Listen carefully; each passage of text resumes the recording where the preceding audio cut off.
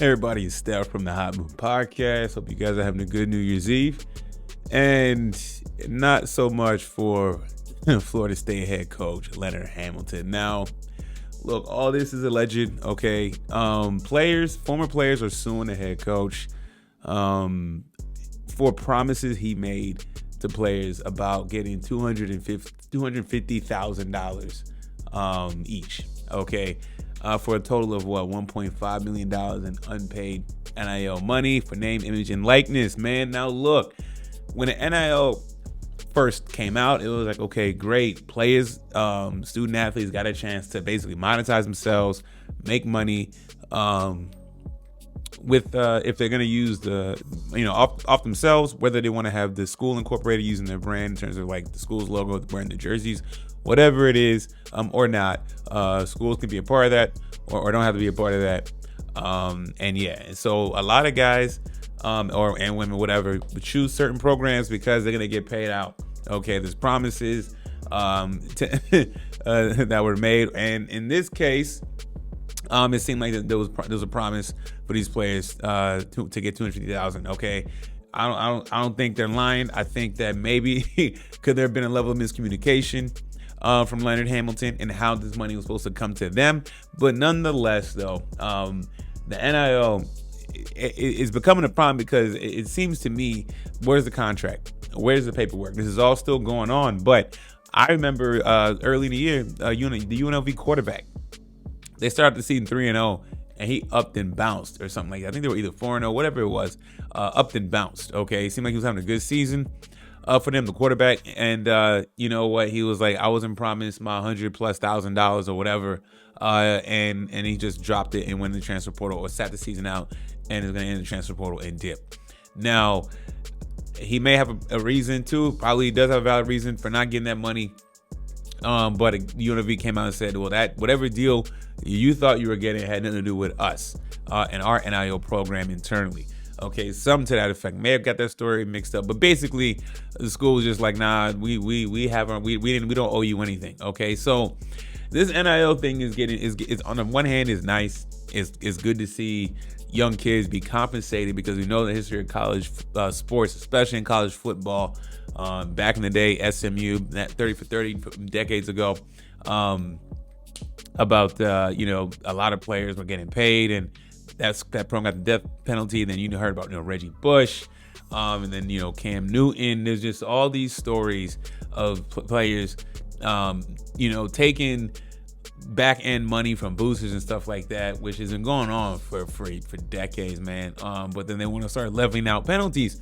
And it's like, okay, and now that we are in this NIL universe, okay, where everybody can, we assume that everybody's getting the bag, okay, we're in a situation now where coaches are involved, getting in trouble. This is the first time I'm hearing of a head coach now in this whole NIL cycle getting sued. Okay, now it's crazy to me. The story is bizarre to me because I didn't know coach. I don't know. Like, this is alleged, but based on this, I did not know about coaches being involved in terms of promising players specific payouts. Basically, being like a general manager, a GM, a capologist, a payroll manager, so to say, man. And this man is not good. I mean, look, he seemed like he's hip to it. I mean, Mr. Leonard Hamilton is 76 years old. He's been the head coach at Florida State since 2002. Okay, he's had some good runs here and there. Okay, and here we are in this new NIL world, and everybody's trying to adapt. The kids are trying to adapt. The coaches are trying to adapt, and this is where it starts. This is where things are starting to look a little grimy and a little dirty. Now, I'm not going to accuse Mr. Hamilton or anything right now, but again, when there's smoke, there's fire. Clearly, these kids had a reason to file this lawsuit to get their bread. These ex-former players, because apparently, I guess they were promised, right? Who knows how that conversation went? Okay, if you come here.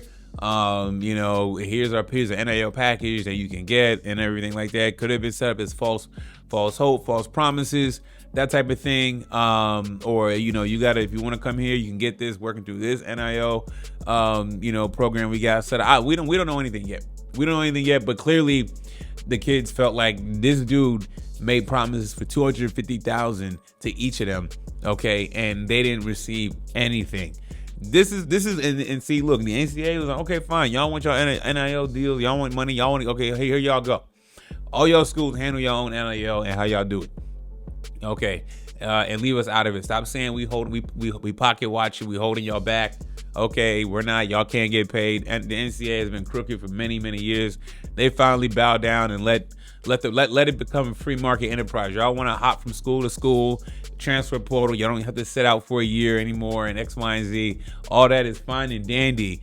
But now we're now getting into into the gritty side of the NIL. Okay, there's not everybody, not all the schools, but there could be situations that aren't as big, that may not have a big program and have NIL, and there's unpaid kids haven't been paid yet. Kids will come there with the hopes of getting that money, and to come to find out they'll play a whole season or whatever, or they're about to start a season. It's like, wait a second, okay, cool, I'm there. I moved.